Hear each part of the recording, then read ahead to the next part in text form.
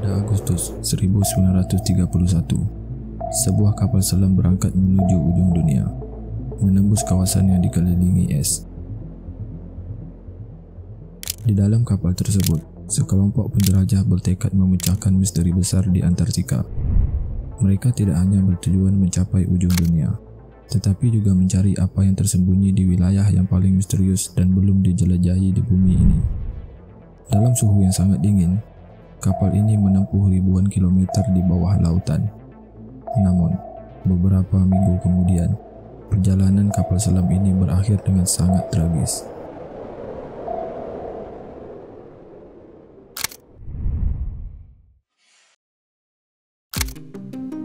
Banyak penjelajah telah mencoba mencapai ujung dunia, pertama kali dengan menggunakan kapal.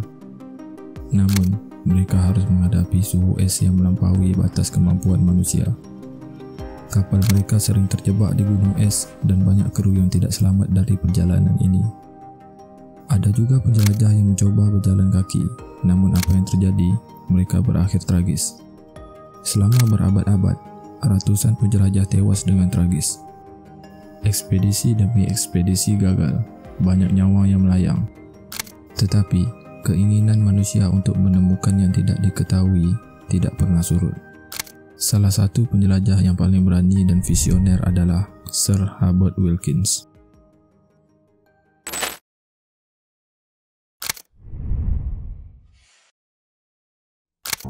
Wilkins memiliki rencana untuk mencapai ujung dunia dan menginjakkan kakinya di Antartika.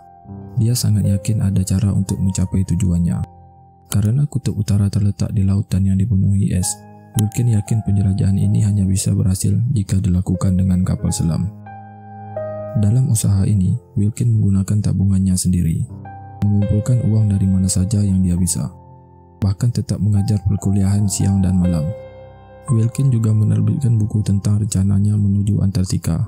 Dananya masih belum mencukupi, sehingga ia membutuhkan dukungan dari publik. Salah satu caranya adalah dengan menciptakan sensasi media. Sebuah perjalanan di bawah es laut adalah jenis berita yang akan laku di surat kabar. Wilkins membuat kesepakatan dengan Raja Surat Kabar, William Randolph Hearst. Hearst akan mendapatkan hak eksklusif untuk mempublikasikan cerita, dan Wilkins akan mendapatkan pendanaannya. Untuk menciptakan lebih banyak sensasi, Hearst mengatur agar Wilkins bertemu dengannya di ekspedisi udara dan laut di kutub utara. Kapal udara besar Graf Zeppelin akan terbang tepat saat Wilkins muncul dari bawah es. Jika Wilkins berhasil, Hearst menawarkan hadiah sebesar $150.000.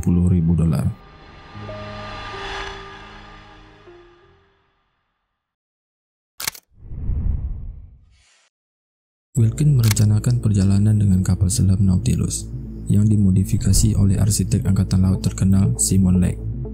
Perjalanan ini penuh dengan bahaya, termasuk risiko tabrakan dengan es. Simon Lake memperkuat haluan Nautilus dengan pelat baja berat dan beton, serta menambahkan peredam kejut hidrolik untuk mengurangi benturan. Tetapi, muncul ke permukaan es juga bisa berakibat fatal.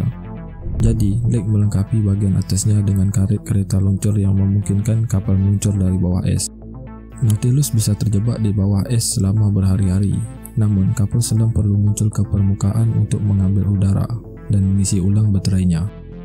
Nautilus juga dilengkapi dengan bor untuk menembus es, memungkinkan kru untuk mencapai permukaan jika diperlukan. Sebagai pengganti tabung torpedo, Lake menambahkan ruang penyelam bertekanan, di mana kru bisa keluar dari kapal selam. Simon Lake membuat puluhan modifikasi.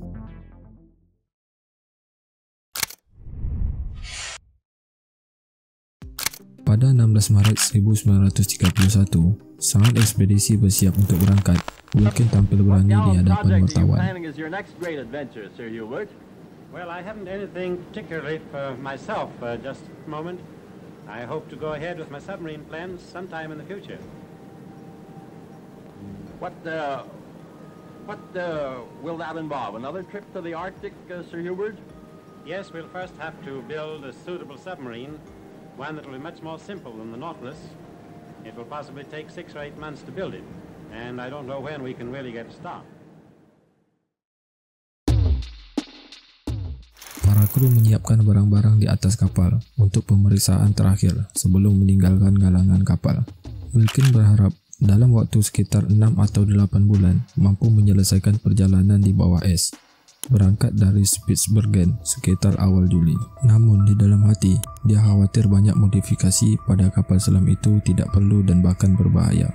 Wilkin bersikeras memasang sel fotosensitif untuk mengukur ketebalan es.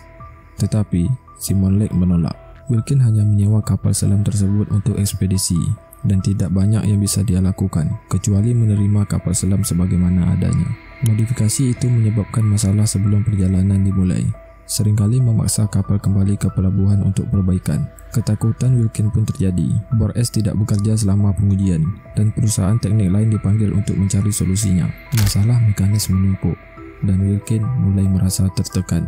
Jika Nautilus ingin bertemu Graf Zeppelin di kutub utara, waktu sangat penting. Jika tidak, Wilkin akan kehilangan pendanaan dari Hearst.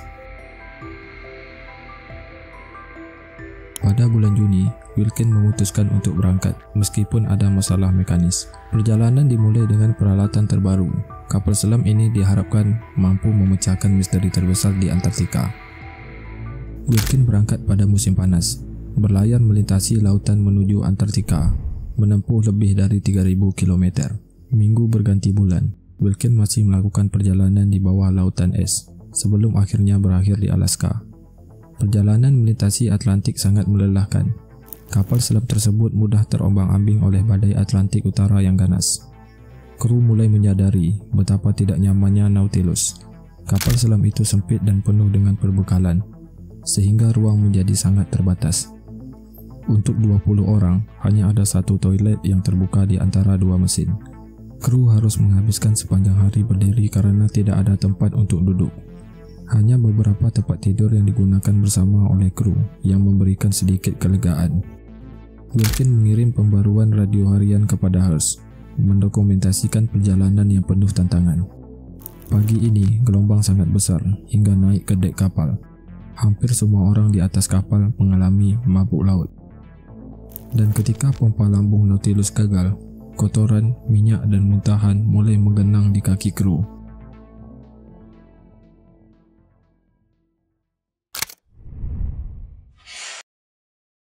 Saat kapal selam itu bertempur dengan kerasnya Atlantik, situasi menjadi semakin buruk. Silinder keempat dari mesin kanan retak parah. Terpaksa harus dimatikan salah satu dari dua mesinnya. Nautilus hanya bisa bergerak dengan pelan.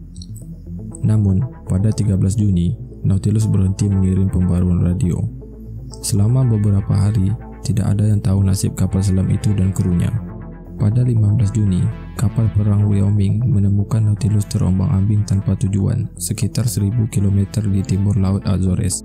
Kedua mesinnya telah gagal dan baterainya mati. Wilkin harus menghadapi penghinaan karena kapalnya ditarik dari perjalanan melintasi Atlantik. Lebih buruk lagi, 4 anggota kru berhenti dan Nautilus sekali lagi membutuhkan perbaikan besar. Butuh waktu berminggu-minggu untuk mendapatkan suku cadang pengganti. Berarti tidak ada lagi cukup waktu untuk mengejar Graf Zeppelin. Pada titik ini, Wilkin kehilangan pendanaan dari Hearst dan media berbalik melawannya, menulis surat kabar yang secara terbuka mengejek perjalanannya. Wilkin berada di bawah tekanan yang semakin besar. Kapal selamnya tidak berfungsi, krunya mengeluh dan musim dingin semakin mendekat. Hampir semua orang akan menyerah. Namun, Sir Herbert Wilkin tetap maju. Pada 28 Juli, ekspedisi akhirnya berangkat menuju kutub utara. Nautilus masih penuh dengan masalah, tetapi kali ini kru telah terbiasa melakukan perbaikan saat dalam perjalanan. Pada 15 Agustus, Nautilus mencapai daratan terakhir yang dihuni sebelum Arktik. Wilkin mengirim laporan kemajuan yang optimis. Pada 19 Agustus, Nautilus mencapai lapisan es pertama. Hearst menyampaikan penemuan baru yang menarik, seperti lapisan air yang lebih hangat di bawah permukaan, yang dianggap penting untuk memprediksi cuaca. Setelah seminggu di es, Nautilus mencapai 82 derajat di utara, lebih jauh dari yang pernah dicapai kapal manapun. Tampaknya, Wilkin benar-benar melakukannya. Dia menempuh 1000 km di bawah es. Dunia membaca tentang pencapaian Wilkin, namun kondisi di atas Nautilus tidak seindah yang dilaporkan. Wilkin hanya berpura-pura berani. Pada kenyataannya, kru kelelahan dan kedinginan. Nautilus tidak memiliki pemanas atau isolasi. Tidak ada yang memisahkan mereka dari perairan Arktik yang beku selain logam kosong. Mereka terus-menerus mengalami keracunan makanan dan keracunan timbal dari solder di pipa kapal selam. Mencoba mencapai kutub pada akhir musim ini sangat berbahaya dan semua orang ingin pulang, kecuali Wilkin.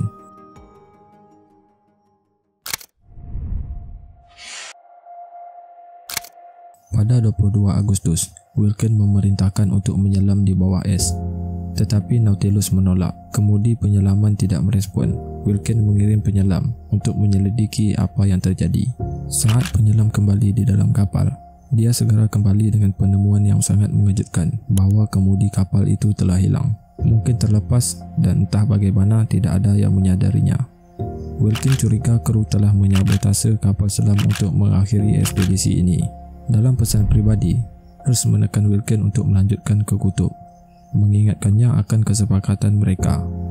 Wilkin dihadapkan pada keputusan sulit, pulang dan gagal atau melanjutkan dan mempertaruhkan nyawa kru.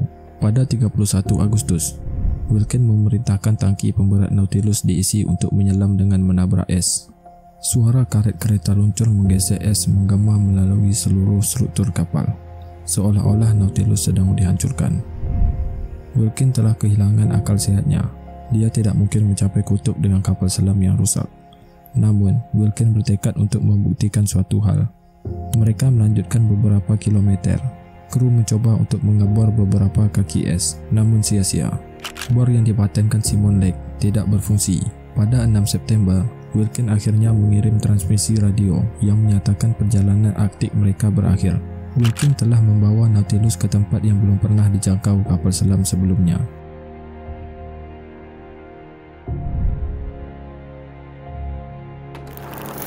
Nautilus sekarang tenggelam di dasar laut di lepas pantai Norwegia. Setelah kru kembali dari Arktik, kapal selam itu dianggap terlalu usang dan rusak untuk diselamatkan, sehingga sengaja ditenggelamkan. Sebelum ekspedisi Nautilus, Wilkin dianggap sebagai salah satu penjelajah terbesar abad ke-20. Memberikan kontribusi besar pada pemahaman kita tentang kutub utara dan selatan. Ekspedisi terakhirnya membuatnya bangkrut secara finansial dan sebagian besar dilupakan oleh sejarah. Setelah meninggal pada usia 70 tahun, keinginan terakhir Wilkin dipenuhi untuk menaburkan abunya di kutub utara.